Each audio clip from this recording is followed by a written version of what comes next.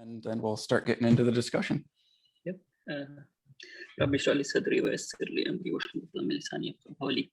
So my name is Tauseef Mahmood, and I'm an international student here at UAF, and I'm about to graduate. I'm basically from India, from a city called Hyderabad. It comes in the southern part of India, and it's famous for food.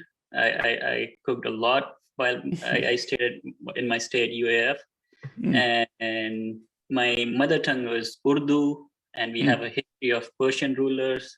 And I went to a Christian-run school. It was run by a church. I grew up in Hindu environment, and I grew up in a Muslim household. So I was exposed to a lot of different religions, different ways of thinking, different cultures. And every time in my life, I always had to, look and observe and think and question. That's how I was brought up based on my background. And something that I like to do is try new things, try new sports, meet people, and have conversations and understand how they think, how they approach to a particular problem or the current hot topics, whatever the hot topic of the day is. Sure. So that's how I talk on and try to understand people. And I hope to do the same with you in this discussion. We didn't have any detailed discussion before, so I thought it should be. No, yeah, I think we've really only talked once before. Yeah, just once. Yeah, so I hope this discussion will open doors for more. Oh, yeah. Absolutely. Yes. If there's anything that I'm going to be taking away is just to have like a more broad understanding of at least where you're coming from. Yeah. That's it. That's all about me. Okay, cool. I'm Joe Goulet. I grew up in Michigan. I ended up going to Western Michigan University for about a year. Didn't do very well. Ended up joining the Navy. Traveled a lot of different places. Indian Ocean and Mediterranean primarily. Went so far as south as the Seychelles and so far north as, where do we go? Upper Italy. But anyway, did a lot of traveling, grew up traveling, eventually got out of the Navy, moved up to Alaska to help a friend build a house, started going to UAF for school, and just started really looking into a lot of different things. I can't really say it was just like a singular focus, but really trying to broaden my horizons on several different topics. And I guess kind of becoming an activist, not really though, kind of a lazy activist. But within this lazy activism, I started to appreciate some more nuanced positions and different forms of approaching people in ways to engage in conversation in a more healthy manner. And so that's kind of where I am right now, is just trying to get different views from different people and showing like really showing people that you can communicate without getting into a really big yelly fight. Yeah, that's one of the reasons that I wanted to do this discussion with you. In my time at UAF, I think I was at UAF for 4 years. I think first 3 years I was kind of dormant. I was involved. I was visiting and learning and talking to people, but I never preach anything or spread anything what I learned. I was just observing and noticing, visiting churches, talking to pastors, talking to different sects of Christianity, talking to different groups on campus, different people. So I noticed a few things that are present in the Western mindset that completely changes how they look at things coming from the East, or something. News comes to them, and the way they read them, the way they think about it is totally different, and a lot of things are lacking. And then when I started to fill in those gaps, and then they would completely form a different picture, and they will start looking from a different angle. And this goes to all political sides, whether you go on the left or on the right, whether you go progressives or liberals, even the Muslims who grew up in the United States, even they have developed a certain kind of assumptions, or they have those in them, that once I tell them, oh, this is how I look at this problem, and it's like a revealing moment for them. Like, a curtain was pulled over their eyes. Okay. And a lot of things have happened also to me, like the definition of racism. So I had my definition of racism, and as per my beliefs, I'm a Muslim. So it's forbidden in Islam. Racism is strictly forbidden. But Sure. still, because I grew up in India, I did not have a broader definition of racism. So a lot of things that I thought it was not a big deal became a problem after coming to the United States. So coming here broadened my definition of racism. Like so these are the things that I think there should be a discussion on, and we should, instead of always trying to defend our positions, we should also talk on how we look at things and how other people from a different country or different language or different culture think and understand the same word. Sure. And I think this may come to a point of agreement between us, is that the US tends to be extremely US centric. There's very little attention given from Americans to any other country in the world. And we're hyper individualistic, which I find a little unsettling at times. Alaska is different though. Yeah, it can be. It can be. Yeah. Alaskans are beautiful people, amazing. Before coming to United States, I had an image of America. So all the news, just imagine you're getting the news about everything you hear about United States is either through war in Afghanistan or school shooting, or some was killed by the police shooting. So everything you hear is always negative. There is not a single positive news you will see there. So when my dad, when he was sending me, he was like, "Oh, you are never going to stay off campus. If you need money, I will give you, but you will never stay off."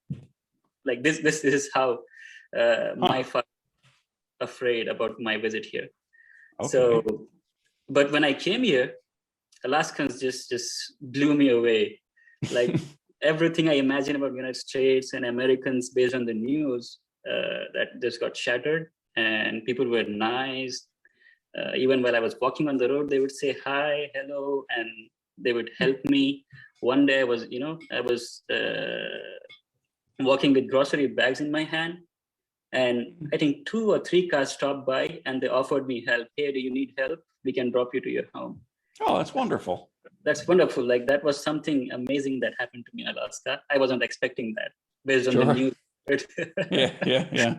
So things changed a lot, like the way I used to think and the opinions I had about Americans based on the news. And when I came to Alaska, Alaska is a special case. In a couple of ways. Yeah. I still have to roam around the US and lower 48.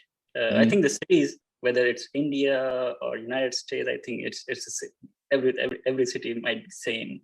People they don't care about anything. They just are busy, fast-paced life. So visiting Chicago and New York, I didn't find any difference from my city back in India. Have good places, you have bad places, you have good developed places where you have skyscrapers, and then you have places where you have those are something that I notice, and I take pictures of all of those things and keep it in drive. Someday I plan to make a video or something on some kind of montage. But yeah, I'm still learning, and I hope to continue to learn. What are you studying for currently for your major? So my major is in petroleum engineering. Okay. That's how I came here. So some of the representatives of UF were on my campus in India. Okay. That's how I learned about UF.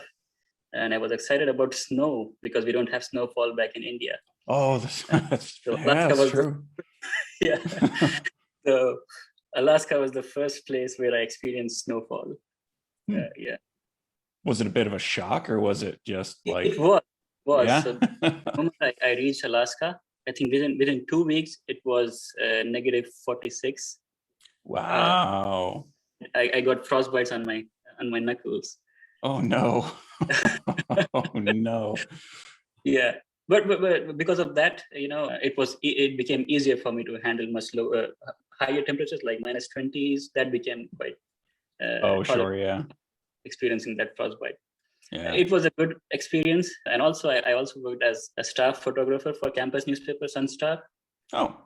The first semester I came here, so that also increased my network, and that gave me an opportunity to know everything that goes on in Fairbanks, on campus, what is going on. I was part of the newspaper, and I also was meeting people in leadership position in the community, Fairbanks community, as also on the campus. So that was something I enjoyed, and everything was paid by the Sunstar. So that was something. I had a press pass with me. I could go anywhere. That was something I missed after leaving that job. And thereafter, I had teaching assistantships in engineering department, and that's how I survived the rest of my years. Nice. So you're in Chicago right now, you said, right? Yeah, Chicago, Naperville. Oh, Naperville. Okay, interesting. And you're there for a vacation, or?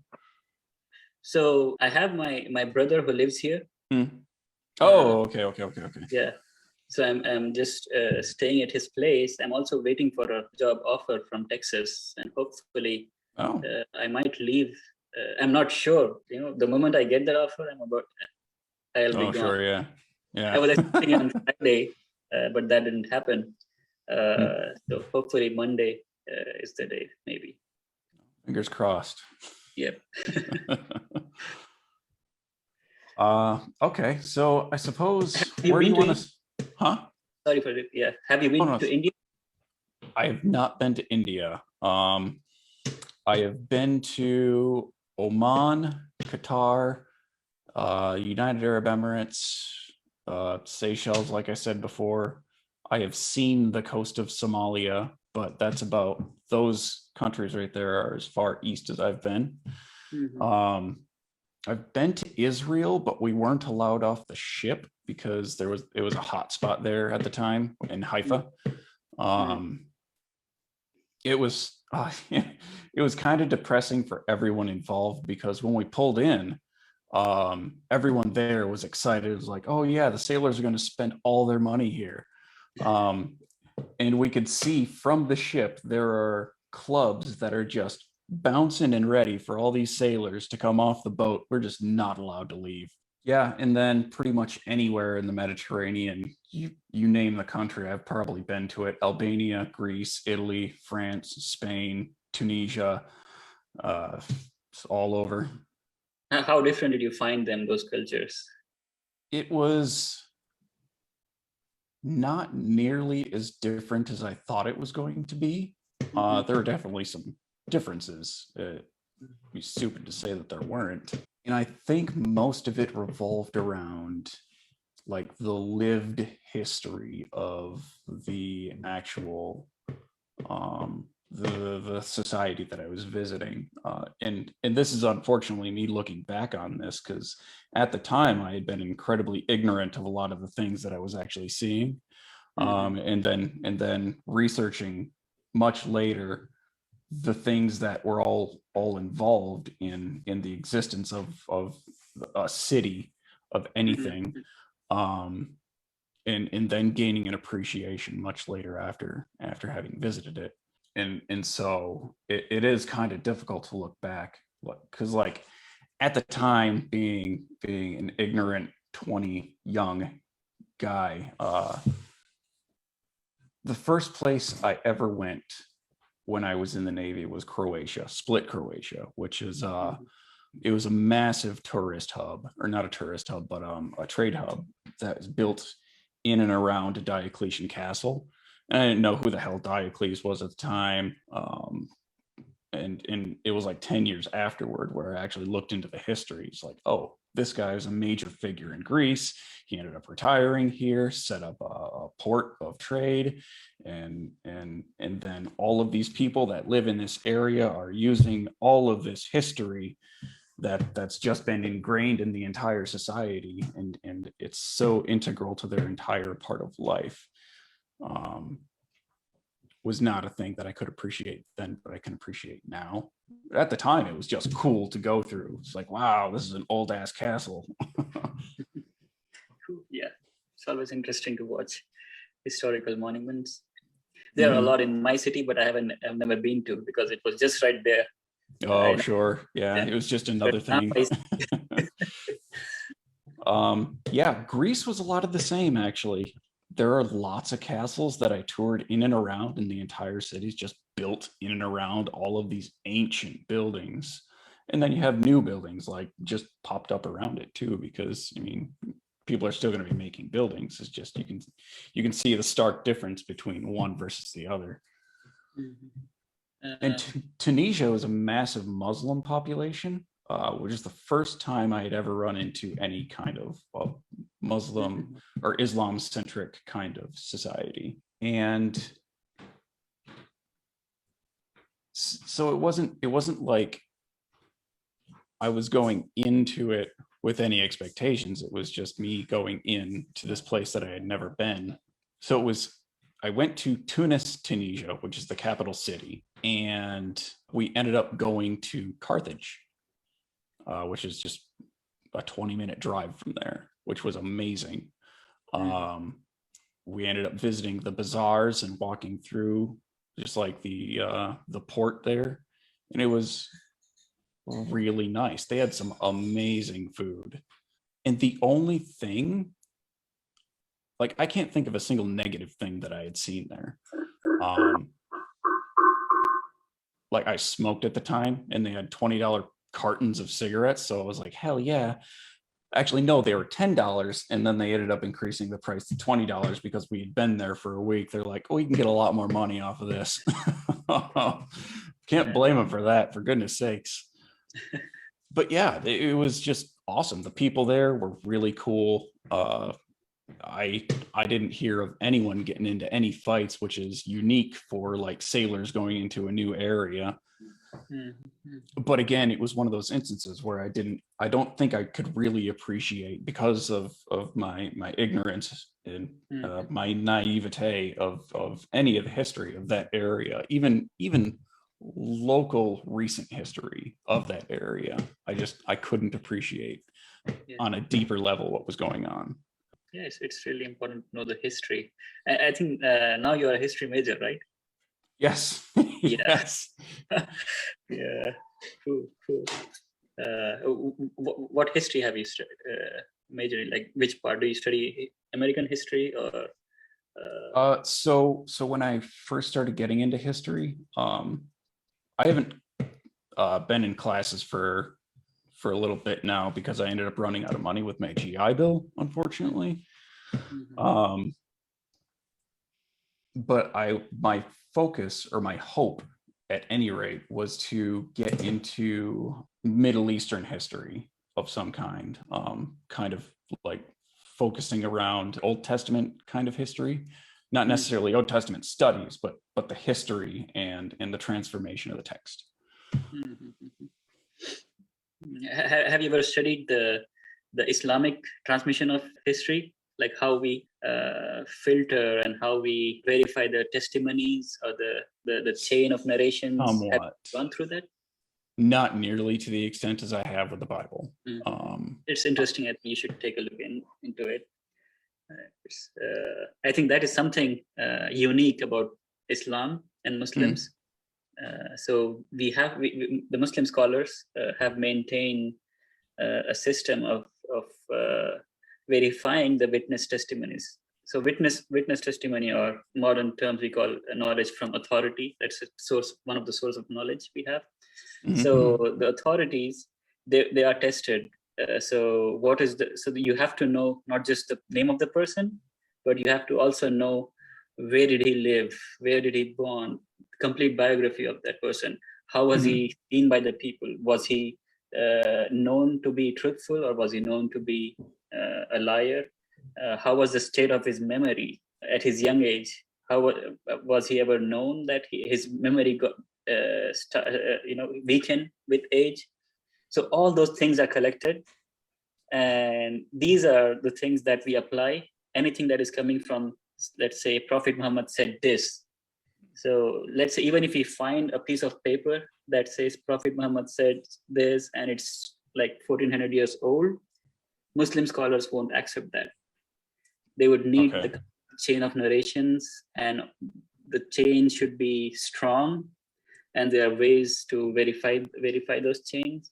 It's a huge science. If you call it Hadith science, I think there's a good article on the Encyclopedia Britannica. Okay. Yeah, so they have done a very good job on summarizing the whole complete Hadith science. Okay. So when so a Muslim says, we have everything preserved, they have the evidence to show that it is preserved and how well it is preserved. And they are classified, levels: authentic, then good, then weak, then fabrication. There are 4 major levels. And then in those levels, we have different levels. Even in authentic, you have different levels, and even good. So when we judge these, we are not judging the history itself. We are judging the chain of narrations, how strong it is. And whenever we base our theology, we always go for the most authentic ones, the highest in the categories. Sure. Yeah, as that is something as a historian, I think you should look into it. Sure. There's lots of things that I want to look into. History is so broad. Yeah, this was one of the points that I was about to mention today. One of the generalizations that happen here is, I would be mentioning some names. This is how people identify themselves. So in US, it's pretty divided. You have left, you have liberal, you have progressive leftist, and you have liberal left. You have right wing, you have centrist. So mostly people on the left side, or the progressive left, they tend to be away from the traditional religious teachings. That's how I have seen them. So one of the things I heard, like in the Facebook posts, in the meetings that we used to have in my jobs at Rest Life, or UF campus Rest Life, all those conversations. So they would look at Christianity. Oh, the Bible is not preserved. Religion is bad. So Islam is bad. So they go from Bible is not preserved to Christianity is corrupted, and they will go on, and they will present things, and then they will apply that conclusion in wholesale to all religions. So people of religion are like these. That is very strange. It's a strange methodology, and I find it quite common here. Like it's too common. Yeah, it's too common. And one of the person says, he was speaking against homosexuality, and he was like, Muslims hate homosexuals. And I was there in that time. I'm like, wait, where are you getting that from? Like, don't you believe that is a sin? Yeah, but that doesn't mean that we hate them. There are many sins that we have. We don't hate people drinking alcohol. We don't hate people doing so many other things. So these are the generalizations that people have about Muslims, and then they apply it on without asking. They just go on and say it. Yeah. Okay, sure. Okay, I understand where you're going now. There was a survey going on in the US, and I don't know if it's a worldwide thing or if it's completely US centric. It's probably US centric, like everything that is reported on the US is, that Muslims ranked just above atheists in how they're perceived by the general public, which is to say just under that of rapists and thieves and stuff like that, which is like, how can you honestly like take yourself seriously and generalize an entire demographic of people in that way? Yeah, I mean, it has to do with the media as well. Yeah, like even in the beginning of the lockdowns, like if you just watch the stories published by BBC News, every story they publish about coronavirus and people breaking the lockdown, they would use a Muslim image, a person wearing a head cap, or a woman in scarf, in hijab. Interesting. And there's a guy from UK. He cut all those and then he put them in a video. In just 1 month, there were like too many stories. Like, one, you could say coincidence. Two, you can say coincidence. But like just one publisher, just BBC. And the same is we usually blame Fox News, but that's easy. But we also have the same problem with CNN, with almost all media houses here. It's one of the reasons I tend to stay away from mainstream media. A lot of the things that they portray, it's completely. I mean, they are following journalism standards, but they just try to find the easy way out. You know. Yes. Yeah. When they find the easy way out to get the TRP, that's where the problem begins. I would agree with that. A recent case, what was that? There was an Easter blast in Sri Lanka. Do you remember that? Yeah. Hundreds of people died, and somebody claimed responsibility. ISIS claimed the responsibility for the attack. And after 3 months of investigation, the person who tweeted was arrested in India. He belonged to a right-wing Hindu nationalist group.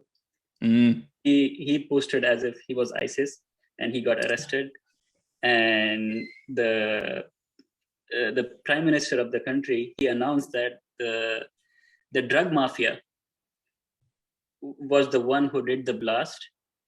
Because Sri Lanka was about to pass a bill against drugs. The threat. Interesting. And the person they used to do the bomb blast was a Muslim. So if you go, whether you go to Fox News, whether you go to BBC or CNN, everyone was just slashing, Islamic radicals, Islamists, and this, even educated Muslims are dangerous. Like they did that for complete 1 week. But investigation takes time. And then when this is finished, like you will find news stories, but they never became popular. Then you will find their mention one, and maybe on the second page, even if it's on the first page, it's just one news. There is no hype over it. We blame Muslims, and now even though they corrected it, but it's gone. The news is gone. I find that corrections are a big problem in a lot of different facets, really. It's especially bad when it comes to marginalized groups of people, but you can see it in like scientific investigations and stuff like that as well, where someone will come out with like, they found this new bone that rewrites the entire history of evolution. It's like, no, that's not quite what. And then someone will write a retraction, but all the damage is already done, and you just can't take that back. That's true. Like and also like this has to do with what we call as confirmation bias. We do believe something, or we want that to be true, something. So everything that supports our beliefs, we take that, we love that, and we have a tendency to just accept that as an evidence. It's kind of like seeing all the hits and ignoring all the misses. The sharpshooter fallacy. That is definitely one of the fallacies, or one of the biases that I tend to look out the most for, actually, is because I know that I am going to be prone to that type of thinking. So exactly how am I going to circumvent that kind of thinking in order to get at what the truth of any kind of matter really is? The point we planned was the languages. Everything like what we discussed, cultures and different news and the confirmation bias, everything has to do with the language we speak. This was something I did as a small research for a class, and that's how I'm presenting it to you now. So everything we do, we think we are thinking out of the box, is always limited by the language we are thinking in. That's true. And because of the language, we have presuppositions and beliefs and definitions that we don't care like what they mean. For example, when I came here and when I say homosexuality is sin, and then a Christian says homosexuality is sin, like they are two same statements. Like what's going on in my mind and a Christian's mind is totally different. Because when we define sin in English, the definitions come from the Bible. The moment a Muslim defines, the sin definition coming from Islam, the Quran and Hadith. So Okay. even if the person is using the same word to describe the same act as a sin, what they mean actually is completely different. Okay. So let's kind of pause on that, because it's not necessarily important to get into the exact detail of what we're talking about here. I am curious about the example though. What would be the difference, or what is the difference rather, would be a better way. What is the difference between those definitions of Islam and Christianity? And I think we're probably talking about fundamentalist Christianity here. Yeah. So Okay. I would say right. the people I talked most in Fairbank were the Baptists. Mm-hmm, mm-hmm. So mostly I would be referring to them. Yeah. They are the most loud. Mm-hmm. So when we say sin, we have just like we grade the narrations, we Mm-hmm. have gradations of sin. The biggest sin is Okay. Associating partners with God or worshiping anyone beside God, or Mm-hmm. idol worship. Everything comes in that. We call it shirk. That's Okay. the biggest sin. And then comes killing, then comes adultery, homosexuality, and then lying. So we Okay. have. So there's no real singular definition to it. It's just a gradation of offenses. Yeah. So Okay. if you put them on a scale, the first one is infinitely distant from the second, and the second and the third one might be close to the third, but then the distance between the third and the fourth, if you put them on the scale, will be too far. Okay. So when Muslim is thinking, it's quite, it's imaginable for them. A Muslim can comprehend, a Muslim mind, the person who is a Muslim, they can understand, okay, this sin is too big, then there is a difference, and then there is a difference here, drinking alcohol is not same sin as committing homosexuality, or Okay. worshipping anyone beside God, like collect all the sins together, everything else, and then put shirk. So would it be safe to say that that each step is logarithmic? I mean, that's a good correlation, but it is not. As I said, the first and second, let's say there's infinite length between them. Sure. That's how we think. But then second and third, it could be just next to each other. Then third and fourth, they would be bigger. So that's how a Muslim way of thinking about sin works, which the Western Christians find it hard to imagine when I say. Sure. So when I say it's a sin, I'm thinking, okay, where does it lie on the scale? Is it like big? So if it is sin, so let's say in case of homosexuality, I would say, okay, it's same as adultery or fornication. Or then there are some scholars, they say, oh no, homosexuality is lesser than fornication or adultery. Okay. So I think I do have a little bit of a clarifying question here, I think. So we're talking about sin in the abstract a little bit more, right? So I'm wondering, why is it that these specific instances that we're talking about sin, what are the similarities between these examples that causes it to be classified as a sin? Okay, yeah. So just like we have a law here in United States, so the government defines what is allowed and what is not allowed, what is legal and what is illegal. Sure. And the government has some authority. Based on that authority, it decides what is right and wrong. Sure. And a lot of the stuff is legal arbitrary. and illegal. Yeah. But the moment we go to the use religious terms, now the authority is God. Okay. So anything that goes against the will of God would be a sin. Sure. Yeah. So that's how I would define as a Muslim a sin. And the technical definitions is quite similar between Christianity, what I have learned. Yeah, I was going to say that's exactly the same as Christianity. Exactly. Yeah, that's the same. But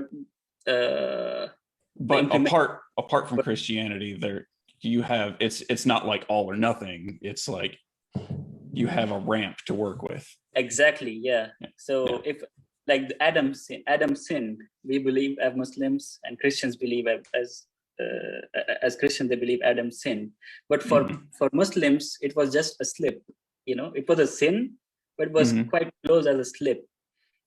God told him, because God was testing him, but with time he forgot, and then he ate the fruit, and then God reminded him, "Didn't I tell you not to eat that?" And that's how. So it was a slip. So now when we say Adam's sin, we are talking about something that he did out of a simple mistake. When a Christian is saying sin, he's saying, "Oh, it's just against God," and then even we have the definition by just simple definition. If you compare, they look same, but the way we imagine that is its implementation is completely different. Yeah, it's way, even the word used in the Quran, it's slip. Adam slipped and ate the fruit. And then we know, so it was, you have detailed description, it was a tree of life, this and that. We don't have all those things in Quran. We just believe that it was a test that God was showing Adam that he has the choice, and with time he might forget the commands and he might go against God. And that was a teaching moment. Once he knew he sinned, then he didn't know what to do. And then God taught him how to ask for forgiveness.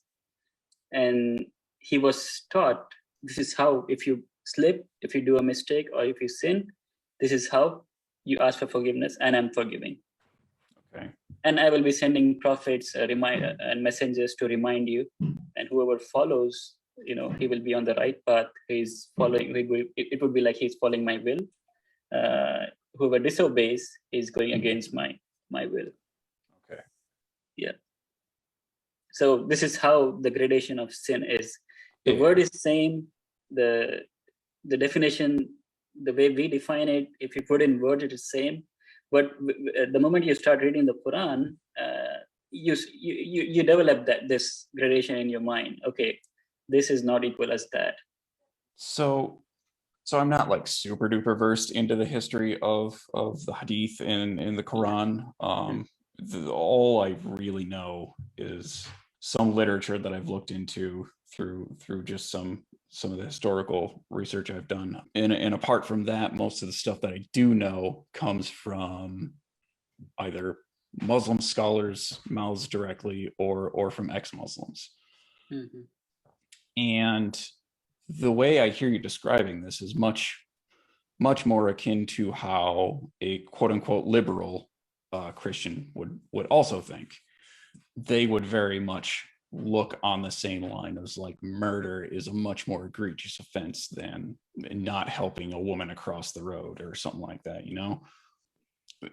but I think that's much more to do with the person and the group that they find themselves attached to. And I suppose where my question is going here is, how do we separate what you're saying about Islam versus something with a much more extreme bent? Because it's not like, I get what you're saying, and it's a much more palatable way to ingest what's going on. But there are people that will, I would say, abuse the scripture, like much in the way fundamentalists have abused the Bible in order to gain their own type of means. You have people making millions of dollars literally just fleecing little old ladies because they can. But how can I differentiate what you're saying to some of the more um, nefarious of sellers. Yep. So everything as Muslims we say what you describe, what you said as sounds as liberal Christian is actually Orthodox Islam. So you might call it liberal Christianity or liberalism, but the thing is that a lot of things that what we call liberalism that's already there in Islam. Just to be sure Yeah. here, I wasn't necessarily saying trying to call something in a political label. It was much more of a placeholder label. Like I got your point. Yeah. Okay, just making sure. So I was just reading a hadith today. My brother showed me. So there was a person at the time of Prophet Muhammad, peace be upon him. So he committed fornication, adultery, and he came and confessed before Prophet, and he turned away because now he's the government. You're coming and exposing yourself to the government. The government has to apply the law. And he said, I committed this. And Prophet Muhammad responded, maybe you just kissed her, just go away. No, he said, no, I did the act. Like, no. Maybe, you don't remember properly. Just go away from here and repent, go and repent. And the young boy, he kept on saying, no, I did the act and I deserve the punishment. And like he was confessing, he wanted the punishment. So as he exposed himself to the law has to be acted on. So the death punishment was pronounced for him, and he was punished. So during the punishment, he started denying he did that. But Prophet Muhammad wasn't there in front of him. The punishment was over, and the companions of Prophet Muhammad came back and told him that just before dying, he said these things, that he didn't do it. He scolded them. Why didn't you stop? If he denied his crime, why didn't you stop? So we have this law, but at the same time we find any even small excuse if the person has, that will be used to avoid punishment. So all the, like, if you read the history, all the recorded history of Muslim empires, you will see every punishment on fornication or adultery or all these sexual sins, they were always based on confessions, based on the person's choice to get punished. So they were never the government, because the point I'm trying to make is, when you hear something in the news, why do those people act in a harsh manner? So it mostly has to do with the political situation of the place, and a lot. So for example, in Saudi Arabia, they have to kill anyone who opposes the kingdom. The easiest way to do is put a blame of homosexuality or adultery, and then they are gone. But if you see the requirement, the burden of evidence to prove the act is so huge, the requirement is so high, like at least 4 people should have seen the act, like a thread is going in the needle. It should be that clear. And then all the witnesses will be questioned separately. Even if there is a slight variation in the witnesses will be given 80 lashes for false testimony. So nobody would come and blame someone for fornication, even though these punishments you find in Quran, what you find extreme, are deterrents, are just deterrents. In practicality, they can never be applied unless the person comes and confesses. So my point is, when you see ISIS, when they're interpreting them, or you see Saudi Arabia or some other countries, it mostly has to do with revenge and the politics. If they have to kill people, they will kill it. Let's say I was watching a documentary on child sacrifices in Kenya. So, but now after Christianity has arrived there, people now the country's most popular religion is Christian. But what do the child sacrificing communities do now? They use the verse there is no salvation without blood. And they use this verse, there is no salvation without blood, from the Bible, and that's why we sacrifice our children. So you see that where I'm coming from. So Sure. It doesn't matter what the Bible says, what the Quran says. So people want to do something, and they will do it and justify it later. So this is something what I mentioned as confirmation bias. So sometimes people want to hear it, and sometimes people want to justify it. There are many instances. Like recently, I posted on Facebook about cases. So if you hear about ISIS, when you hear about ISIS, you will say, "Oh, that's a terrorist organization." So when you hear when you see the news, you will hear, "Oh, 11 terrorists killed, 11 militant kills, 20 killed, 25 killed." But if the journalists go and work who they are, like who are those 20 men, nobody works on that. They're just numbers, right? But what happens is a lot of people in the military or on the ground, they kill and they just report them as militants. Whoever died, they were a militant. Sure. So a lot of these crimes were exposed, but the countries, powerful countries like United States, UK, they always, they prevented UN from acting on those crimes, on war crimes. Recently, videos came out from Australian military, like they went on and they just killed Iraqis or Afghans just for fun. They were counting who would kill more. Sure. So, and the news will say 11 militants killed. So the public here will say, "Oh, United States is doing something good. They're going and killing militants," but they might be just killing regular people and calling militants. And there was in India, there were 40 nurses from India who were in Iraq. They were stuck there. So for them, I can share the link with you. So they were released by ISIS, and they were with ISIS for at least a month.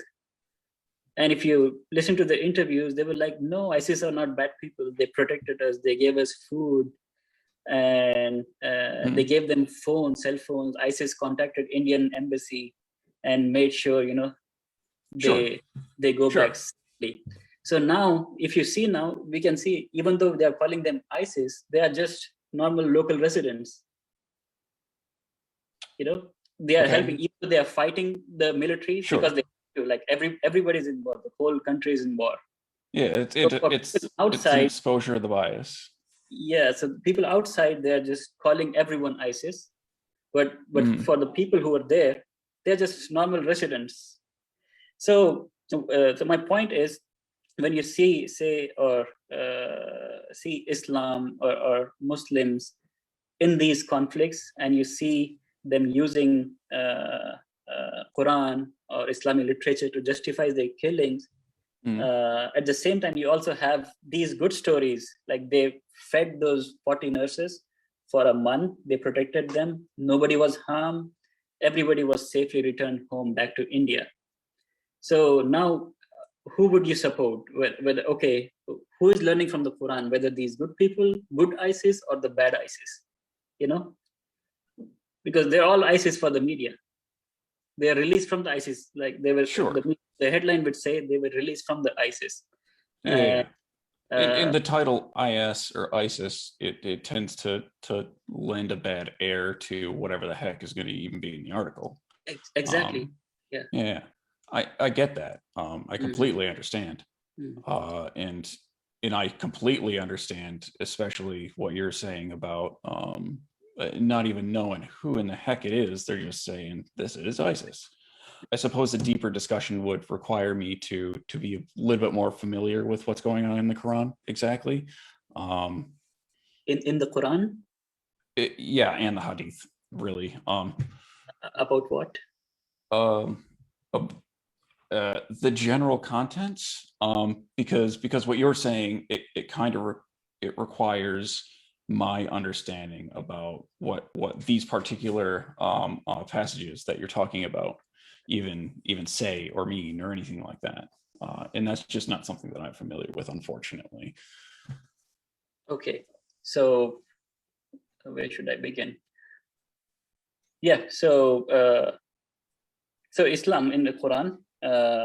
So you want to understand what it says about the violence? That's what you want? Well, it's not even necessarily about the violence. Like, we could negate the violence altogether, completely.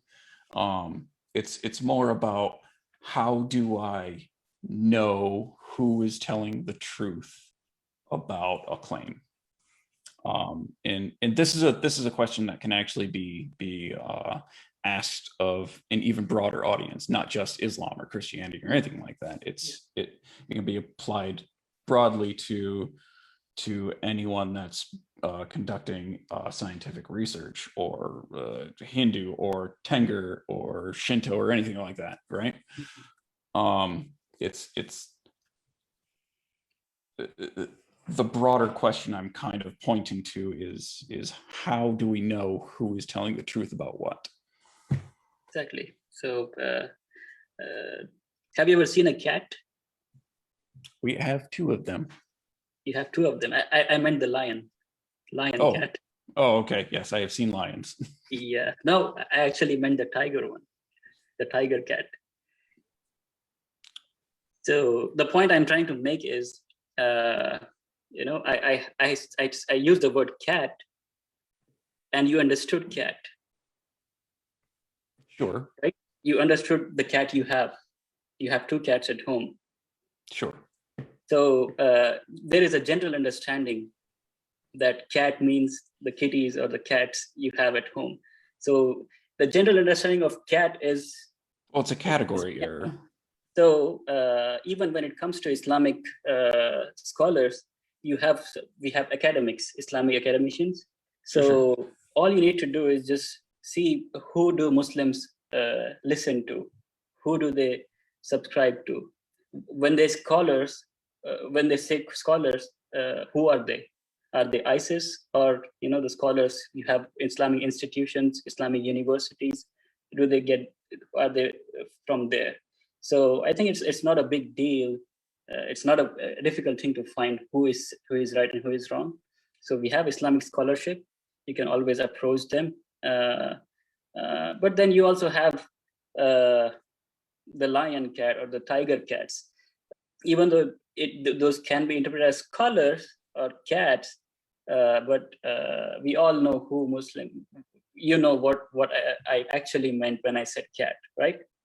So this is how it goes. So we have scholars like in the United States. If you want to listen to Dr. Yasir Qazi, here he is a famous American scholar, and we have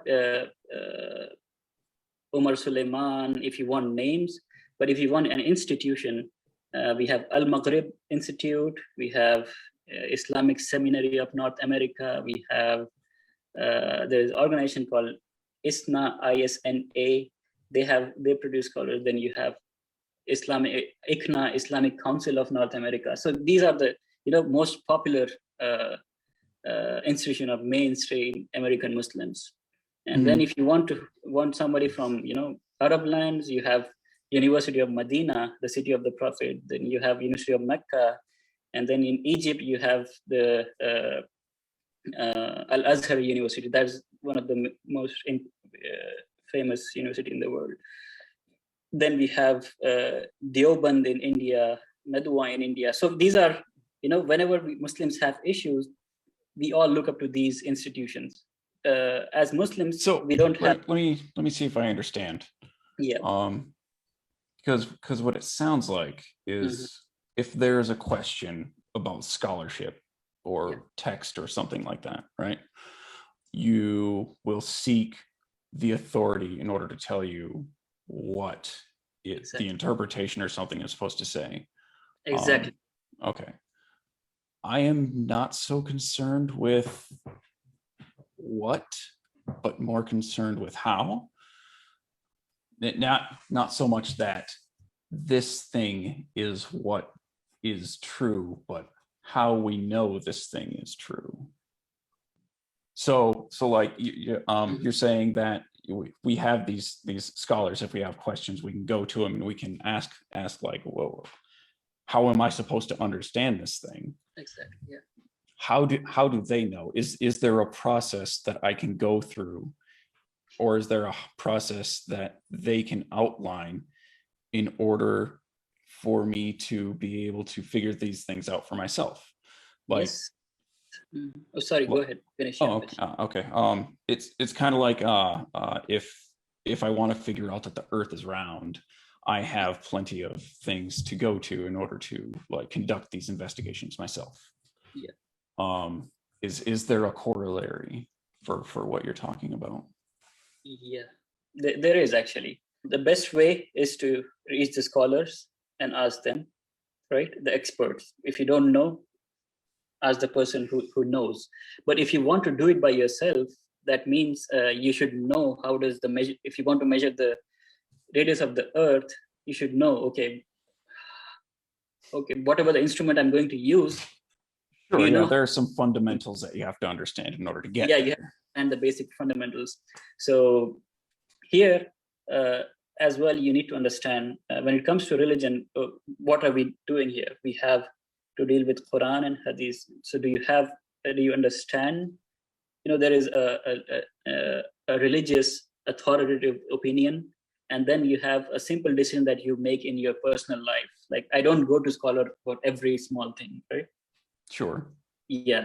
So those small things that I do in my life, day-to-day lives, they are not something big to be concerned.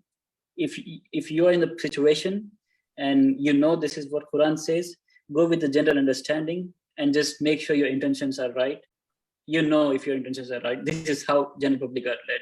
But if you want to do what scholars do by yourself, then what scholars say, okay, you have to have knowledge in because Quran is in Arabic.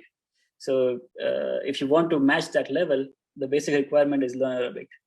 And the second thing, even if you don't understand Arabic, then you should know how it works. You should know who translated that and how it's translated, and try comparing different translations. This is how I would do. So we would compare different translations.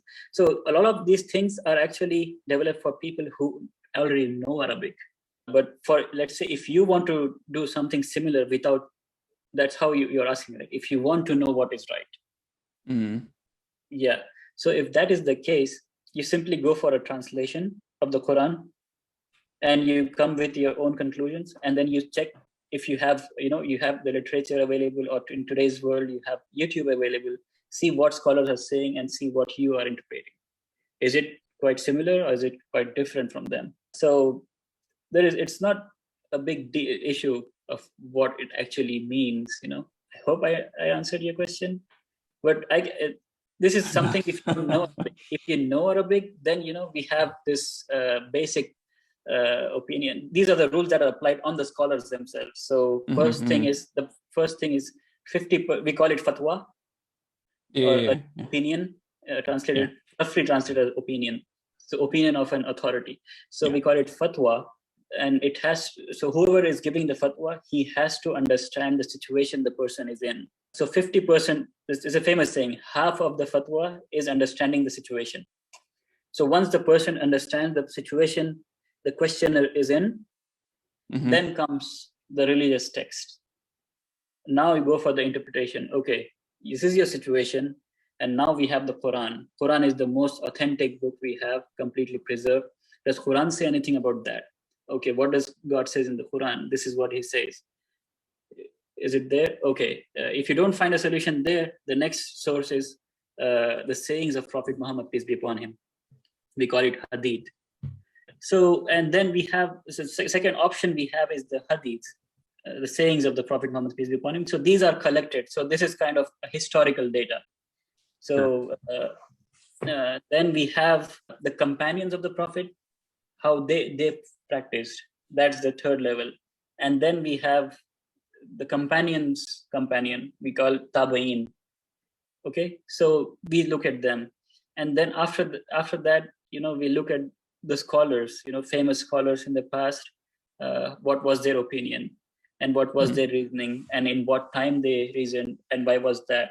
So, and we have all these ways, and then we are today in our time. So we can look at all this, and then I'm in the current situation. Let's say I'm in Alaska. So I will give you an example of prayer times. So the prayer time in general defined by Quran and Hadith. In the Quran, it's so you pray. We pray 5 times a day. So the first one is the dawn prayer, and the second is the noon, third is the afternoon, fourth is sunset, and fifth is after the sunset when the night hits. So now what to do in Alaska? Right? So that's a problem. So the person giving the fatwa has to understand the situation. A person living in India may not be able to give a fatwa about the situation in Alaska. So if I go to a scholar to India or somewhere, they will tell me, try to follow the local times, but also talk to a local scholar. If you have an Islamic scholar in that place, talk to him. Or if you have a scholar who are living in the northern higher latitudes, speak to them and see what they are doing, what they say. This is the way, one way. So that's generally we follow. But let's come into the solution part. Like if the scholar is here, there was no scholar here. So now I had to do my own research. So this is what I did. So I collected this, the treatises of scholars like who have given these opinions in different places. Like there's a scholar in France who was asked this question. So I read his fatwa, what opinion he had. And then I read other scholars from Saudi Arabia, I read scholars from India, what they tell about that.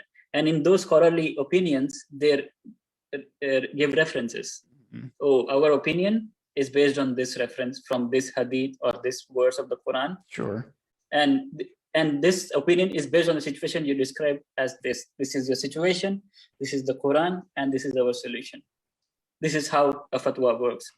But for me, an Indian scholar is unable to understand my situation I am in. Sure. So if I go to him, he may not understand. But now we have scholars in UK who also have longer days. They may not be same as Alaska, but they have long days, right? So they say, there is a hadith of Prophet Muhammad, peace be upon him. So he says, before the end times, a time will come that the days will be as long as a month. So a companion asked, oh, what should we do about the prayer? Should we just pray 5 prayers in complete 1 month? Or should we, so will 5 prayers in 1 month suffices? Because the day is as long as 1 month. So he said, no, you don't have to do that. Just estimate, do a rough estimate. When is the time for Fajr, the first, second, third, fourth, fifth prayer, and pray. Sure. So you would be praying every day. So the general rule is sunrise, sunset. But if you don't have that advantage of seeing the sun and finding your time, you can also use and today we will say we can use our clocks. That's how we use to estimate the time, the prayer time. Sure. That's what we do in Alaska. So we follow an estimated times and pray. So if you've seen the methodology, so it involves scholars a lot. So even if I'm making my individual decision, I'm always comparing with a scholar. Sure. Yeah. So Muslims are always connected with their scholars, and but at the same time, we don't take their opinion as something from God. This is something clearly mentioned in the Quran. Do not become like the Jews and the Christians. Quran says, do not become like the Jews and the Christians who made their rabbis and monks as gods. And a Christian came to Prophet Muhammad, peace be upon him, and said, we never made them gods. Prophet Muhammad asked the Christian that, do you accept from them whatever they say is right and then stop from whatever they say is wrong? He said, yes, we do. Then you have made them God. So not questioning them or asking for evidence, asking for reference and verifying what they're saying is right is part of this process. I know it sounds too overwhelming, but once you start reading and learning, a lot of things are already solved. We don't have problems of, how many gods there are. everything is, Quran is preserved, the theology is preserved, everything is preserved. So Muslims usually have to run into those problems. The only difference is, Muslims have the sects Shia and Sunni. The biggest difference, Shia and Sunni. Oh, yeah, I know. Yeah. Yeah. You know what is the difference between them? Yeah, it's the successor. Yeah, it's a political difference. Yeah. So the Persians, in the past they were Persians. So the Persians say, the Iranians say, it has to be someone from the lineage of Prophet Muhammad, peace be upon him. Yep. The Sunnis say, no, it has to be a democratic decision. Yeah. But the irony is, Iran is democratic today, and Saudi Arabia is monarchy. So the whole process of finding what is right involves the scholars, or we call experts. We are not allowed to make individual decision unless you don't have anyone. And even when you make those decisions, if your intention is right, and so you won't have, so as a Muslim, as a person, I am responsible for my deeds. So if you are in a situation, just know that God is watching you, and you make the right decision. So this is what we are told. But we cannot, I cannot say, okay, I'm in Alaska. Is rape okay for me? No, that's not okay for me. Is killing okay for me? No. So I cannot go against things that are already fixed. There are certain things that are clearly defined. Like there is no way I can form an individual opinion against it. So anything that God has made clear, anything the messenger of God has made clear, peace be upon him. And so those two things we can never challenge, but we can always challenge a scholar. We can always challenge a jurist. We can always challenge others, but the challenge has to be based in the Islamic literature. Sure. So what a lot of what I heard is basically a retelling of the idea that sins have a gradation, and that within any special circumstance, find the special laws that apply to that area. Laws as not as in, yeah. And if I want to like replicate this, I don't know, that was there was a lot there. And honestly, it left me a lot more confused.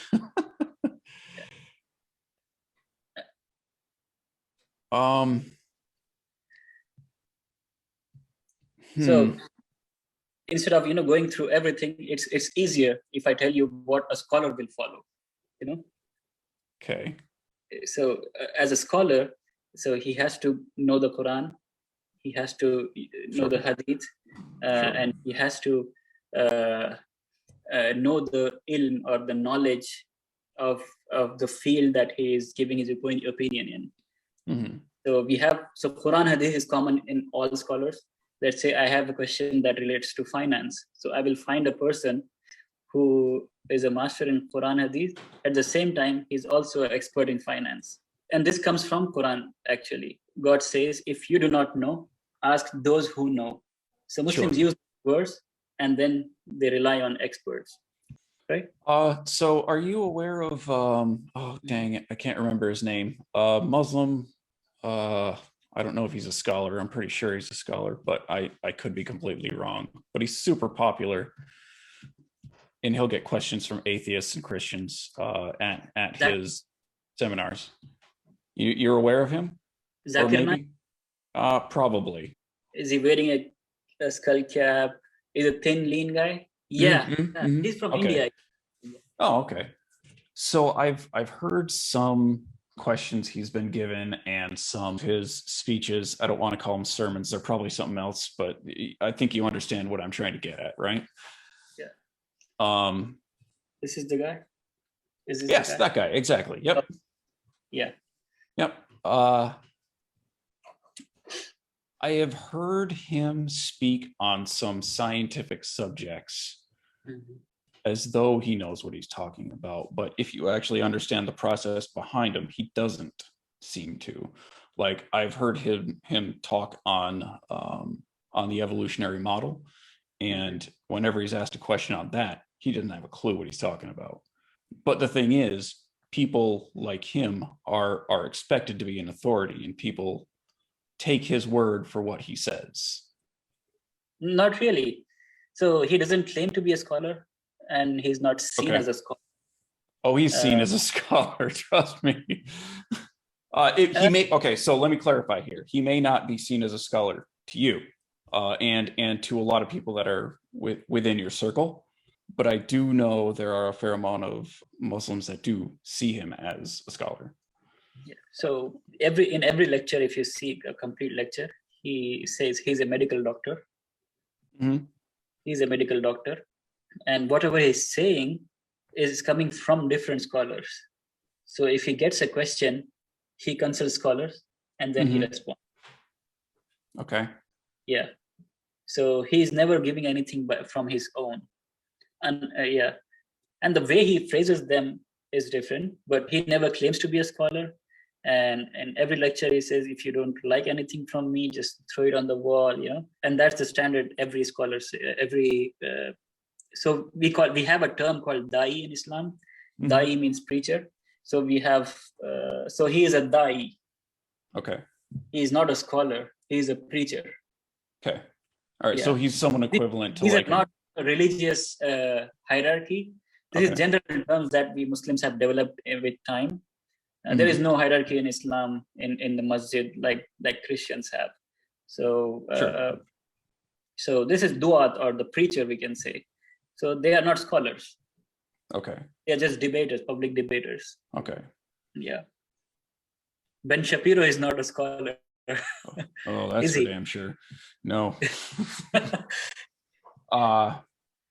And still people take him as an authority. Sure, I see what you're saying.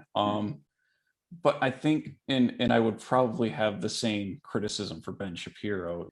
If a person is going to hold that, and I'm not charging you with this at all, but if a person is going to have that kind of position, at least they would have the intellectual honesty to amend their position, especially when it comes to a thing like a scientific consensus on an entire field of study.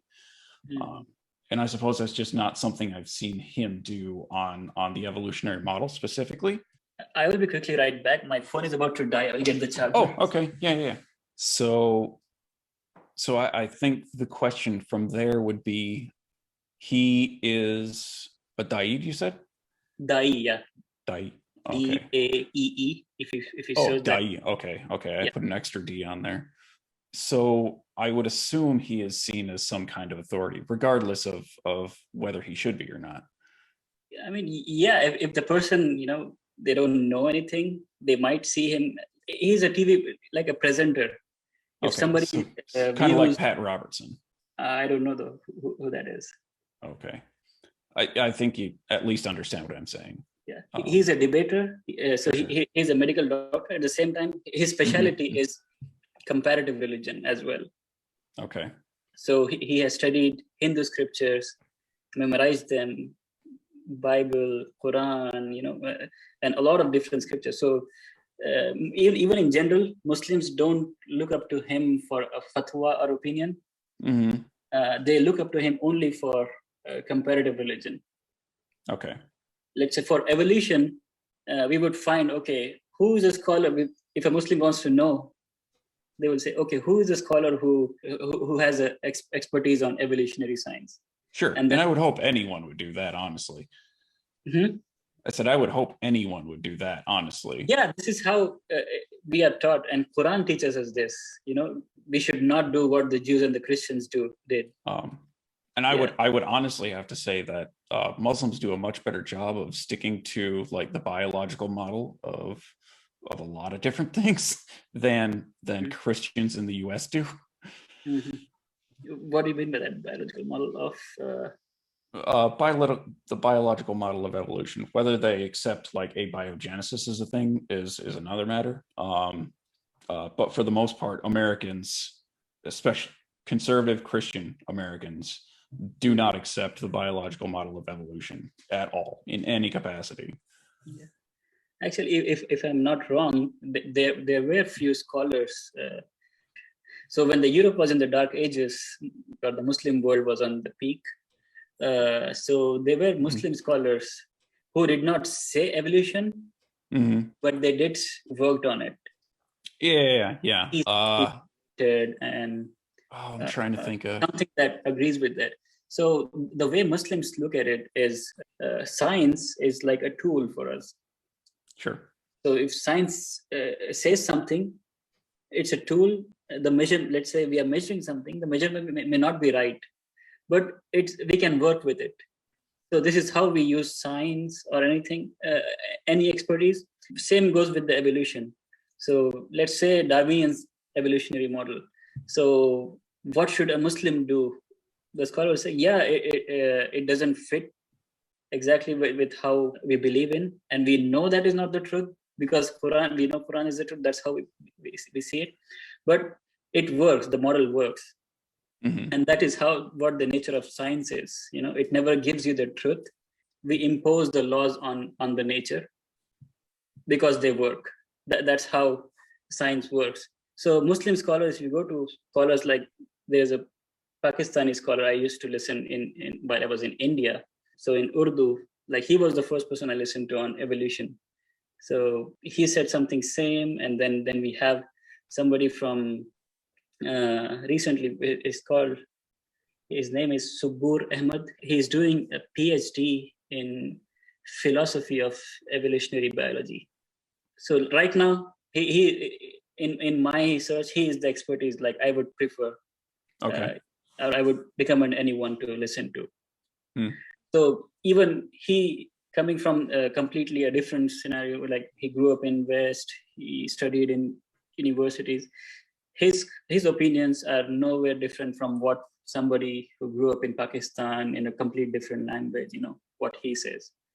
Okay. So because they both have similar understanding of science, how science works, so science is not meant to give you truth or give you what is real. It's just a tool that we can rely on because it works. Well, I mean, the scientific process is supposed to give you probabilistic models, not necessarily like what is absolutely true, right? Yeah. Nobody expects absolute truth. Yeah. And that's an unfortunate thing that I think most everyone misunderstands when it comes to science, is that it's nothing is like quote unquote written in stone. It's probabilistic models that are based on investigation of things given certain tolerances of certainty. Usually a lot of people I've met who claim to be atheists, like they were die-hard like science believers, I might say. Like science can do this, science can do that, science is this, science is that. I don't know where they get that from. Always I have to show them what is science. Observation is not science. Observation is observation.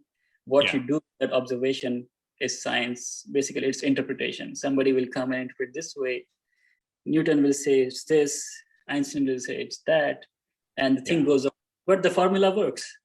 We don't know what it is, but the formula works. So we use it. Sure.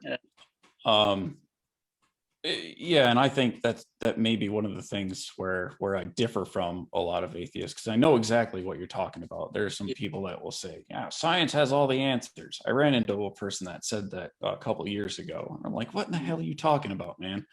And I'm honestly not sure how to engage the scientific community in communicating the proper interface of science with reality, right? I have an example that I showed them. I asked them, what is the length of this 10-inch tab? What is the length of this tab? What do you say? It's a 10-inch tablet. What is the length? Supposed to be? It could be any number of things. Like it could be infinite. Yeah, it could be. It depends on your metric. Or maybe it is infinite. Yeah, it is finite. So this is how. So you might know fractal geometry. So in classical geometry. Oh yeah, yep. So it depends on the scale we are using. If you are using a 1 foot scale, and then we are measuring at a macro level, it is, let's say, 10-inch. But then you go and go down and measure as, let's say, a small ant walking on it. Now for the ant, all these ups and downs matter. Yeah. For and it would be 11 inches. Go down more, the same length for, let's say, a microscopic being, it would be millions of miles. Yes. And you can always go down and down till infinity. You can always. So we will never know. What we do is, for the science to work, we make an approximation. Okay, this is my scale. Based on this scale, I'm doing this. This is my assumption. So I think these kind of examples help people understand what they're dealing with. Yeah, there's a classical problem in material sciences where you have to calculate the surface area of a stick of bubble gum, and it's just astronomical, right? That's definitely a thing that I can certainly appreciate. Is there are so many different types of nuance you can get into when it comes, especially when it comes to science and how exactly we're going to investigate a certain problem. And sometimes it just comes down to practicality, where you draw your line. Like if we're going to get in such a nuance that we can't measure a stick of wood in order to chop it so we can make a house, then you have an impractical kind of metric that you're using. Yep. So this is how, there is no way actually. So everything we see or measure, we are always limited. So even expecting that we would someday, use science and find God is something impossible. We can say, we can confidently. I would agree with that. Yeah. Yeah, we can confidently say that, because we are already assuming that science will work, or even if the science works, but can we observe everything? We cannot. We are limited by few parameters. And that's all we 2D, 3D, 4D. We can imagine other dimensions. Sure. But we cannot work with them the way we work with 3D world. Right. So this is how the Muslim mindset would be when we Muslims interact with atheists. We will say, okay, what is your level of skepticism? If you are too skeptic, then you will always be uncertain about everything. You wouldn't know who your mother is. You wouldn't know who your father is. I think I'm working with a different definition of skepticism, actually. Yeah. Mm-hmm. Because I would say that I'm skeptical up until the point where sufficient evidence is presented to justify an outcome. And so I can be so cynical to the point where I don't even believe that the earth is round anymore, right? But if I'm exercising skepticism in the proper kind of way, it's going to be okay, sufficient evidence has been presented in order to, say with a good deal of certainty that the earth is indeed a sphere, right? So that's kind of the definition that I'm working with. I don't know if that's different from what you've experienced. Yeah, I think we are on the same page here. Okay. So I think at least with my working definition, I don't know that it's possible to be overly skeptical. Overly cynical, sure, I can accept that all day long, but not necessarily overly skeptical. Yeah. I mean, if we are, then as I said, there will be some point that you have these evidences, and there will come a point that you have to move to a different form of knowledge that would be, let's say, as I said, authority that is Muslims follow, or you will find Christians as well. We have this in common, testimony, or let's say somebody is doing a DNA test. How do you know they did it right? So now you have to trust their expertise. Or, okay, let's say they are expert, they are good at the DNA level, and they can find out who your father is. Now, how do you know the methodology is right? Sure. To confirm that is the DNA is a match. I can further go on. Okay, do you know everything about DNA? How do you know that if that part matches, he is your father? Maybe because you don't know so much more, maybe we can always build and we can always live a life where we are uncertain about things. But rationality of brain suggests, no, that's too much. That's extreme skepticism.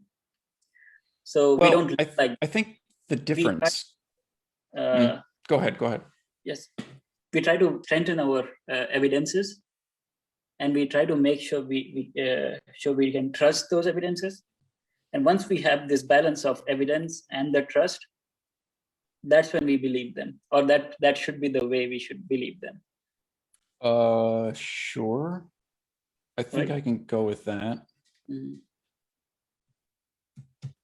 I think though, when it comes to the concept of the deistic God for the moment, right? Because I've since looking into this, and I started as a Christian, so I suppose that was where I started, and I obviously deviated from that. But when I started at this point of wanting to satisfy my confirmation bias, because at the point I didn't even know what the hell that kind of thing was, I found that bias not being satisfied by what I was hearing on that end. And so it wasn't necessarily that, because it was honestly one of those things that I was kind of trying to seek it, and it was ending up nil.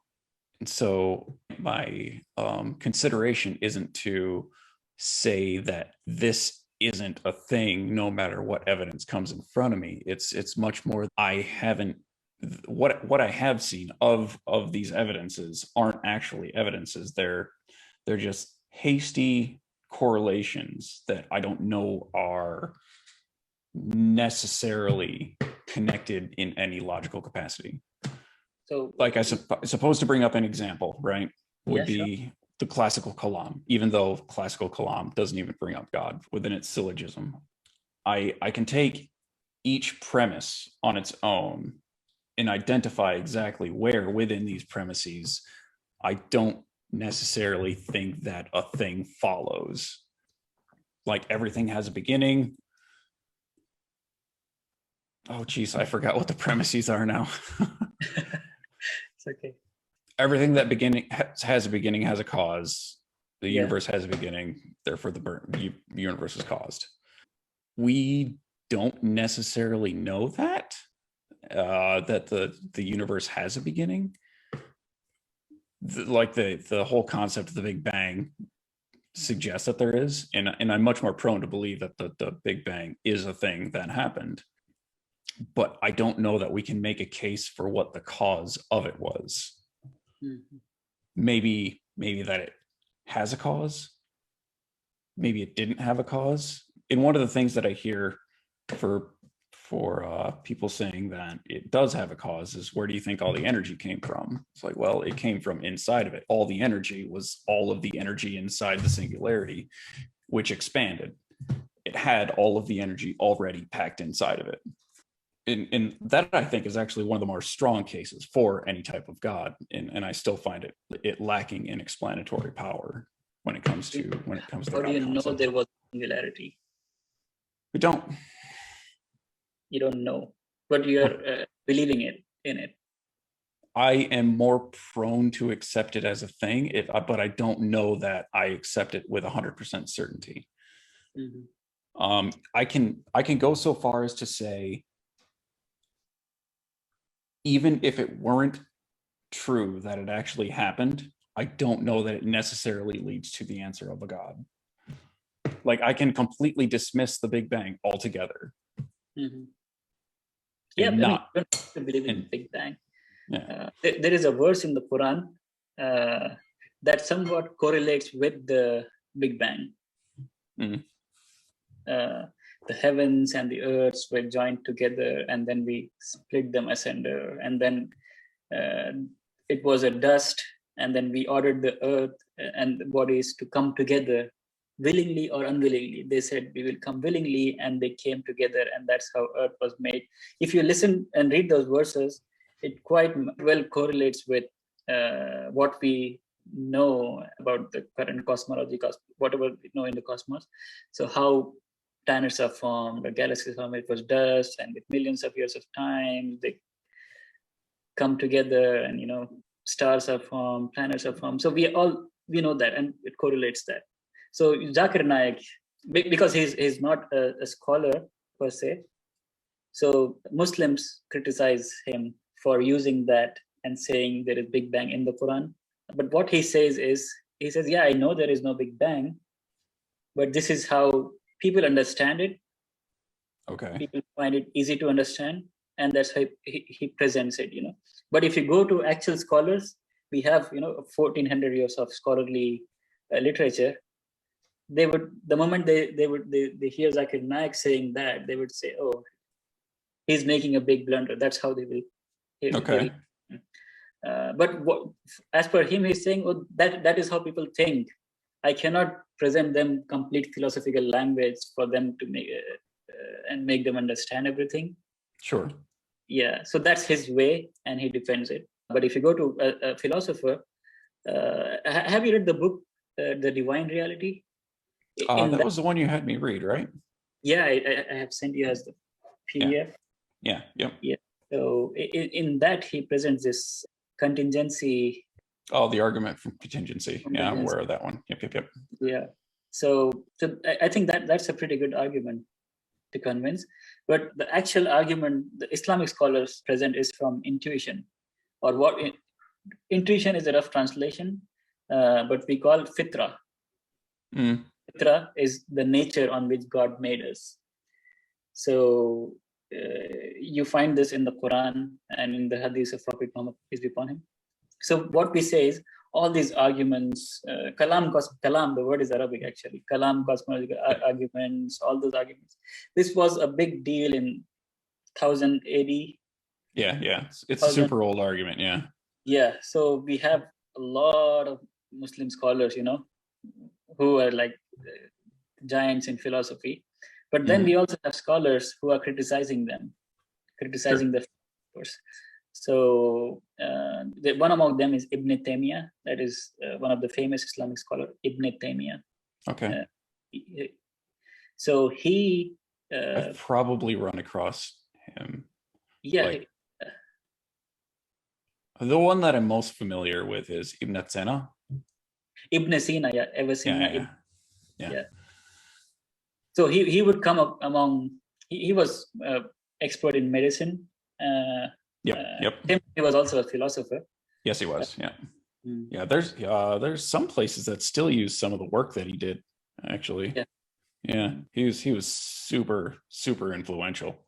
Yeah. So they would come up with these arguments. Ibn Sina. Then we have Farabi and many other philosophers of that time. So we have other philosophers coming purely... I think you're dead.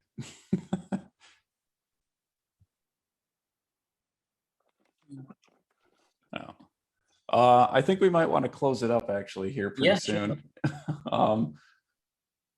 This is gonna be fun to edit anyways.